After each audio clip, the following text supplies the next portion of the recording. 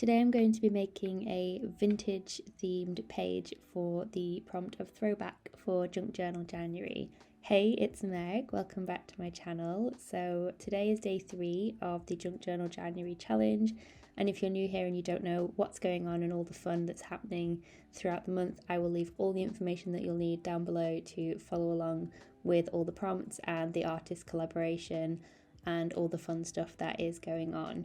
So today's prompt is throwback, a little bit of a blast from the past kind of theme going on, and there's loads of different ways that you can interpret this prompt. So I obviously decided to do a bit of a vintage twist on this. So the book that you saw me picking some quotes from there was a 1915 edition of a gardening book, and I rescued this from a secondhand shop, and when I tell you, it was literally falling apart. As you can see, there's no cover to the book even, and the papers are really fragile. So even though it's 1915 and really old, I don't feel bad using it because it was on its last legs, and I'm essentially just giving it a bit of a breath of new life by incorporating it into my art projects. So that's kind of how I've interpreted the throwback prompt, is to use materials from a while ago and sort of bring them in line with some more modern things. So whilst I'm showing you the process of me making this journal page here, I thought we could chat a little bit about the different ways that you could interpret this prompt. So the one that I've gone down the lines of is that reimagine and repurpose. So upcycling vintage things. I'm using papers, but you could obviously use maybe fabrics, you could use buttons, jewelry, all those different sort of throwback items within your journals. So maybe you've got some old clothing and you want to use some of the fabric, and you could upcycle it by using it in your background piece, or different ribbons and laces that you might want to use maybe along your borders. There's loads of things that you can repurpose, even if it's old photographs. You might not obviously want to use the original ones, but something I like to do sometimes is when you go to an antique place, you can find old postcards, and repurposing them into altered postcards and little individual artworks in and of themselves is a really fun way to incorporate items from times gone by. And along the same line, found objects and ephemera, so things that you come across in everyday life, but maybe it's from 5, 10, 15 years ago, tickets and magazine clippings and different ephemera that you can use for textural elements, or just for some different details within your pages. Maybe if you don't want to use the original, you could always scan something in and then print it out and then use that within your journal and alter it in different ways. There's loads of different ways that you can use the original piece in lots of different ways, and of course you could also play around with sort of the analog versus digital aspect, so contrasting maybe a typewritten quote with something that is a little bit more modern, like I was talking about earlier, or maybe it's film photos. Lots of different things that you could use that's a more analog traditional throwback, especially in our more modern digital world. So I hope that gives you a little bit of food for thought for getting started with the prompt of throwback. Now I'm using this beautiful napkin, and I split it so that I had just one layer of this napkin because I want to glue it down onto my page, and I'm picking the section that I would like to add to my journal page, and then just tearing carefully around the outside, trying not to get on any of the leaves, but it doesn't matter. I was trying to go for a more organic look to this, so I could have obviously taken my scissors to it, but I just decided that a ripped effect would go really nicely with this page. So I've just sort of torn it as long as the page is, and then I'm going to glue it down just with my glue stick. I've overlapped it slightly onto the next page, which is an envelope, the flap of an envelope. I'm actually really looking forward to working on that page because it's a different shape, and you get the layering effect when you're working on pages of different sizes. So I've made sure to kind of go on to that a little bit, but I really wanted to leave that for the next day's prompt. And I'm just gluing down the edges here, making sure that it is secure on all of the edges.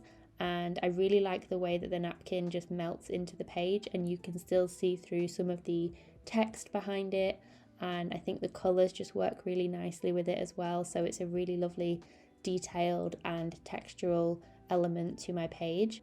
So next I wanted to come in with a little bit of stamping, and I'm just using my favourite sepia ink here, and I'm not stamping precisely at all, and I'm not even stamping on the whole of the stamp block, but I just wanted to add some little details on the edges of my pages. So that's something I like to do quite a lot, is to just have it sort of half on, half off the page, and then just kind of haphazardly pop it on. So you kind of can see the image of the stamp, but not really.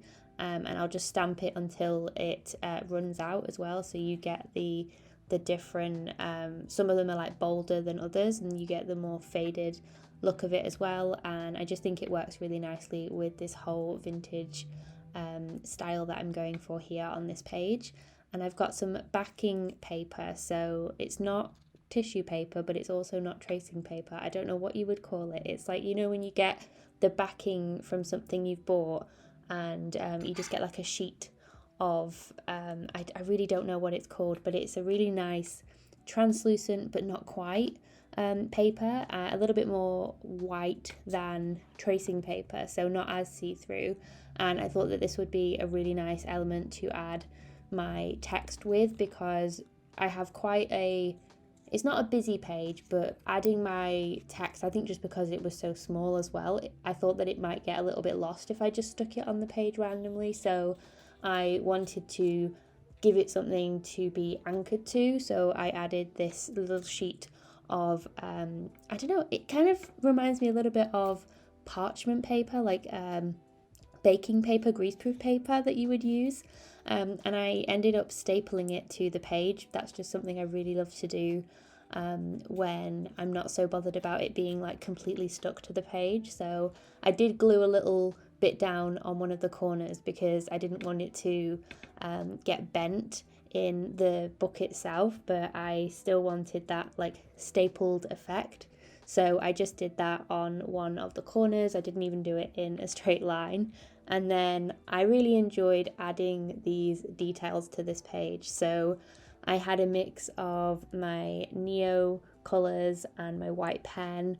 I also came in with some pencils and some pastels. And I was doing a mix of just little doodles and scribbles, but then also adding some depth and dimension to the napkin. So you'll see in a moment when I pull out some of my pencils, what I end up doing is adding some like shading to some of the colours on there so that they were a little bit more vibrant. And then because it was on the tissue paper, you got that more like textural sort of coloured effect, if that makes sense. Like it just really brought out the texture on the page, which I thought was a really nice effect. And you'll see I'm rounding some of the corners of my pages here. That's something that I do because I like the way that it looks, but also if I am sort of stalling a bit and thinking about what to do next, I'll just go, well, let me just round some corners and buy some time, because I feel like it still keeps me moving, like I'm still doing something to the page. I don't just stop and, you know, run the risk of not coming back to it. So I just sort of keep moving, keep adding things. I even added some pink paint here just with my paintbrush, sort of little splodges. So it was really quite abstract, and I guess this is the more modern aspect of it, I guess, is the more abstract art. And I just wanted this to add some little details and add some softness with this pink as well. The paint that I am using is a Daler Rowney paint. It's a System 3 acrylic and it's in the shade Pink Blush, and I absolutely love this colour. I think it complements the vintage papers really well, and also the florals that I've got going on there too. I decided to add a little scrap of empty washi tape there just because I always feel like my pages aren't complete without adding at least some washi tape to them. You'll see here, this is the pencil sort of scribbling details that I was mentioning. So I'm just using some green here. It's like a sort of, I don't know, like a muddy olive green almost. But I think that the colour goes really nicely with the colour scheme that I've got on here. And what I tend to do when I'm using my pencils and my crayons when I want there to be a much looser effect is I will hold them further away from the tip of the pencil itself.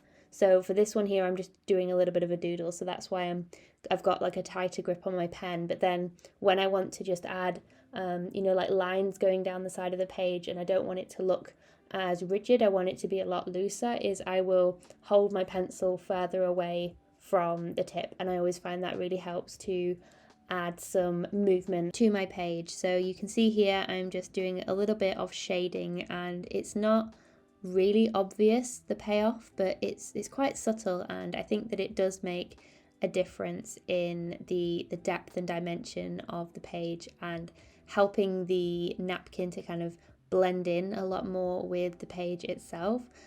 So I really enjoyed adding this, and it's quite a nice like task you can do without thinking too much about what you're actually doing.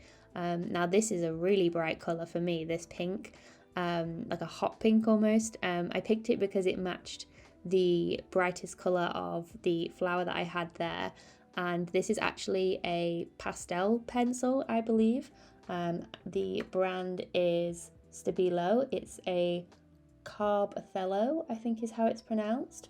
So yeah, it's a pastel pencil, so it smudges a bit, but I was just smudging it with my finger to help soften it onto the page, and I think that gave a really nice effect. So that is everything that I did for today's page.